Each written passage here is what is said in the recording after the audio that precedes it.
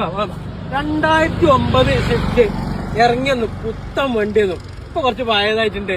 അപ്പൊ അതിന്റെ spare വേണ്ടവര് 2009 shift അല്ലേ ഇറങ്ങിയെന്ന് പുതിയ വണ്ടിയായിരുന്നു. ഇപ്പൊ കുറച്ച് പഴയതായിട്ടുണ്ട് കേട്ടോ.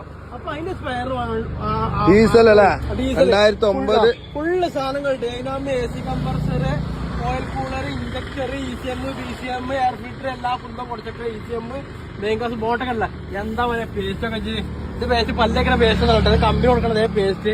മെയിൻ ഗ്ലാസ് ക്രാക്ക് ഇല്ലല്ലേ, നല്ല മെയിൻ ഗ്ലാസ്.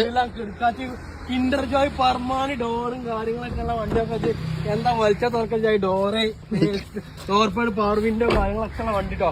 ഇതിന്റെ പവർ വിൻഡോ കാര്യങ്ങളും മറ്റേ ഇതൊക്കെ എടുക്കുന്ന ആൾക്കാരുണ്ട്. നമ്മളെ മറ്റേ ഓല വണ്ടികളൊക്കെ എടുക്കണേ പവർ വിൻഡോ ഇല്ല, പവർ വിൻഡോ ആക്കുള്ള സാധനം, ഡോർപേഡ് സീറ്റ് അല്ല കിടിലം സാധനങ്ങളൊക്കെ ഒന്നുപാടി കിടിലം കാച്ചി കിണ്ണം കാച്ചി.